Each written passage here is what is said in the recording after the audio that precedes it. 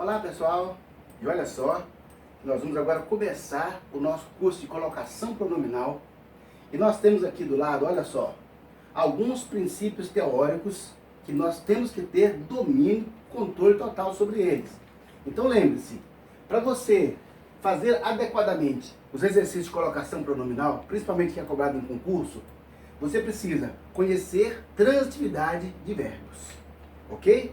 E outra coisa, você tem que conhecer classes de palavras. Você vai perceber que ao longo da discussão desses exercícios, nós vamos recorrer muito às classes de palavras, à transitividade dos verbos, à regência dos verbos. Tudo isso é fator determinante. Vamos juntos e você vai entender tudo. Pegue o seu caderno para você anotar as regras, para você anotar as observações. Olha esse quadro aqui. Depois você para o vídeo, copia tudo isso aqui para que você tenha domínio, para que você entenda exatamente o que nós estamos fazendo. É parceria, viu? Olha só, primeiramente, quando nós falamos em colocação pronominal, nós estamos falando de quê, hein? Estamos falando dos pronomes pessoais, olha aqui, do caso reto e do caso oblíquo.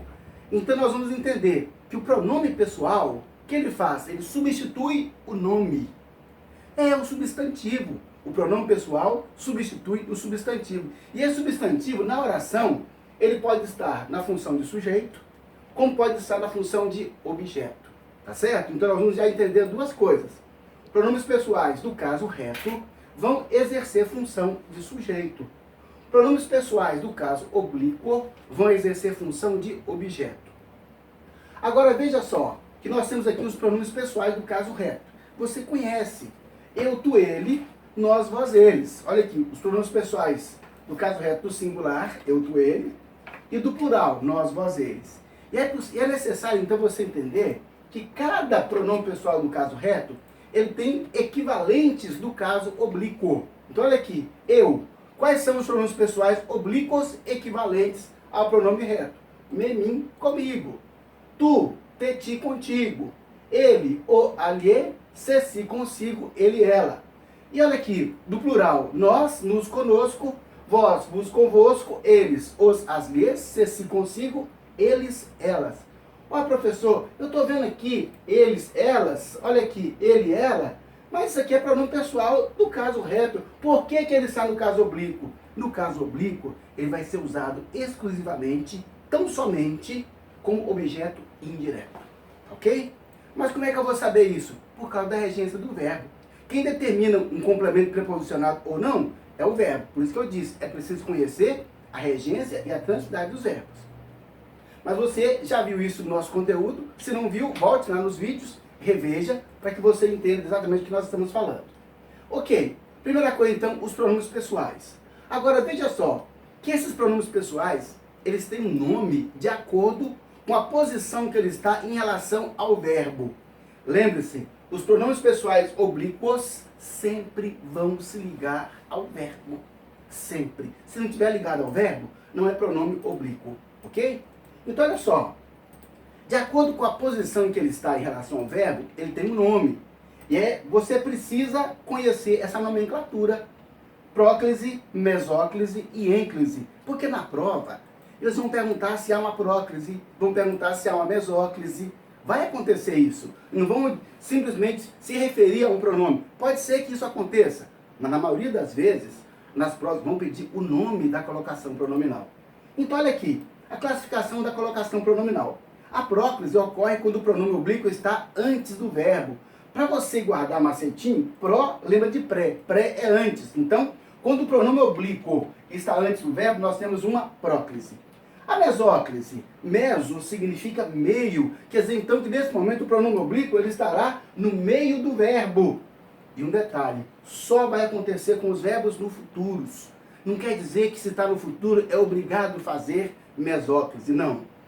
O que acontece é que se o verbo está no futuro, tá, vai acontecer mesóclise. E a mesóclise só acontece com o verbo futuro. Pode acontecer próclise com o verbo futuro? É claro que pode. Mas se houver mesóclise, só verbo no futuro. E a ênclise, quando o pronome oblíquo é colocado após o verbo. Veja só que nós temos que entender isso aqui, que existem regras para isso. E a principal das regras, olha aqui, ela está ligada aqui à próclise. Quer dizer que se nós conhecermos os fatores de próclise, nós vamos conseguir com toda certeza dominar esse conteúdo. E olha só, para simplificar mais a sua vida, sabe o que eu fiz? Eu sistematizei as regras da colocação pronominal aqui nessas regrinhas que estão do lado, que você também deve anotar. Anote isso para que você tenha sempre a mente. E enquanto não está a mente, você vai recorrer à sua anotação ao longo dos exercícios que você vai fazer. Regras de colocação pronominal. Vamos entender então o que é preciso saber. Primeiro, olha lá, não se inicia oração com pronome oblíquo. É muito comum na linguagem oral. Me ajuda, te amo, me dá um copo d'água. Olha o pronome aí no início da oração. Só que gramaticalmente, de acordo com a norma padrão, é incorreto. Então você não pode iniciar a oração com pronome oblíquo. Número 2, a vírgula repele o pronome oblíquo. O que é isso aí? Quer dizer que se nós temos uma vírgula, você não pode ter um pronome oblíquo ligado com a vírgula. Eles não combinam, não gostam do outro. Porque é como se você estivesse iniciando uma oração. Ok? Então a vírgula repele o pronome oblíquo. O pronome oblíquo, se tem uma vírgula, ele tem que ir lá para o outro lado. Ele não pode ficar do lado da vírgula. 3. Os futuros, quer dizer, os verbos do futuro. Cantarei, partirei, ajudarei, viverei. Olha só, os verbos do futuro não aceitam a ênclise. O que é a ênclise? O pronome colocado após o verbo. Futuro não aceita ênclise. Outra coisa, os verbos no particípio não aceitam ênclise. O que é o particípio, hein? Particípio são aqueles verbos, olha aqui, terminados em ado, terminados em ido. Cantado, vivido, partido, sofrido, entendido, estudado. Você está vendo? Terminou então em ado e ido, nós temos o verbo no particípio. É uma forma nominal do verbo que não vai aceitar a ênclise, ok? Mais um detalhe. O lhe e o lhes, olha lá, serão apenas objeto indireto, que meu auxiliar escreveu errado aqui, olha só, objeto indireto. O lhe e lhes, objeto indireto e serve só para pessoas. Você vai ver que é muito recorrente nas provas que as pessoas coloquem, tá, objeto, o lhes como objeto direto. Ou o lhe e o lhes substituindo o substantivo que seja coisa, uma mesa, uma cadeira, um computador, uma porta, uma casa, uma escola. Não pode. O lhe e o lhes será sempre objeto indireto e serve apenas para se referir a pessoas. Guarda isso aí, não se esqueça. Agora, olha aqui número 5, você vai ver que a cada vez o conteúdo vai apertando mais e vai aumentando o volume. É isso mesmo. A locução verbal e o verbo no infinitivo. O que é a locução verbal? São dois verbos indicando apenas uma ação verbal. Dois verbos e uma ação verbal. Locução verbal, dois verbos com uma ação. Locução substantiva, duas ou mais palavras para indicar uma coisa apenas. Locução adjetiva, duas ou mais palavras para dizer um adjetivo. Então, tudo aquilo que você tem mais de um para dizer uma coisa é uma locução. Locução verbal. Olha só. E o verbo no infinitivo. O que é um verbo no infinitivo? São os verbos não flexionados. Por exemplo, olha aqui. Cantar, viver, partir. Quer dizer, então, que os verbos terminados, olha aqui, em ar, ir, or, o verbo terminou em R, quer dizer que ele está no infinitivo. O que acontece, então? Que a locução verbal e os verbos do infinitivo, eles quebram os fatores de próclise. O que é isso, hein? Fatores de próclise são palavras que obrigam o pronome a ficar à frente do verbo, fazendo a próclise. Fatores de próclise obrigam a formação da próclise. Então nós temos aqui um conjunto de palavras que na oração vão obrigar você a colocar o pronome à frente do verbo, fazendo uma próclise. Quais são? Primeiramente, palavras negativas. Qualquer palavra de valor negativa, nem, absolutamente, não, nunca, jamais, tudo isso tem valor negativo. Então, vai atrair o pronome para frente do verbo. Pronomes indefinidos. Não define quem ou não define quantos. Alguém, algum, ninguém, nenhum, outro, nada, tudo. São pronomes indefinidos.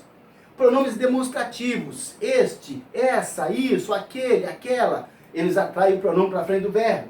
Pronomes relativos. Que, quem, cujo, qual, as quais, pelos quais, pelas quais. São pronomes relativos que vão forçar a próclise. Os advérbios, advérbio de tempo, hoje, agora, já, aqui, nunca, sempre, são advérbios, tá? Advérbio de lugar, de tempo, advérbio de modo, de negação, de afirmação. Esses advérbios vão forçar também a próclise. E as conjunções subordinativas? São conjunções, normalmente, que vão introduzir uma oração subordinada. Quer dizer que nós temos esses fatores de próclise. Quando houver esses casos, o pronome vai ter que ficar obrigatoriamente à frente do verbo. A menos que haja, olha aqui, locução verbal ou verbo no infinitivo. Se houver locução verbal e verbo no infinitivo, não é que você não pode fazer próclise. Você pode fazer próclise também, pode fazer ênclise também. Ok? Esse é o caso. E olha só, para simplificar bem agora essa questão teórica que você viu, nós vamos fazer uma aplicação aos exercícios. Vou agora colocar um exercício junto aqui, para que você entenda, ok? E a partir desse exercício, vamos fazer pelo menos uns 20 exercícios, abordando todas as possibilidades de colocação pronominal. E nós vamos ler o exercício e procurar a resposta ali nas regrinhas. Por isso você tem que estar com isso do lado. Escreve, anota, coloca do seu lado da escrivaninha, para que você possa consultar recorrentemente. Você vai perceber que depois que você fizer aí 10, 15, 20 exercícios, você não vai precisar recorrer mais àquelas regrinhas. Porque você usou o conteúdo, o cérebro guardou, porque sabe que é importante. Então olha aqui, assinale a alternativa em que há erro de colocação pronominal. Vamos ver onde há erro e por que há erro.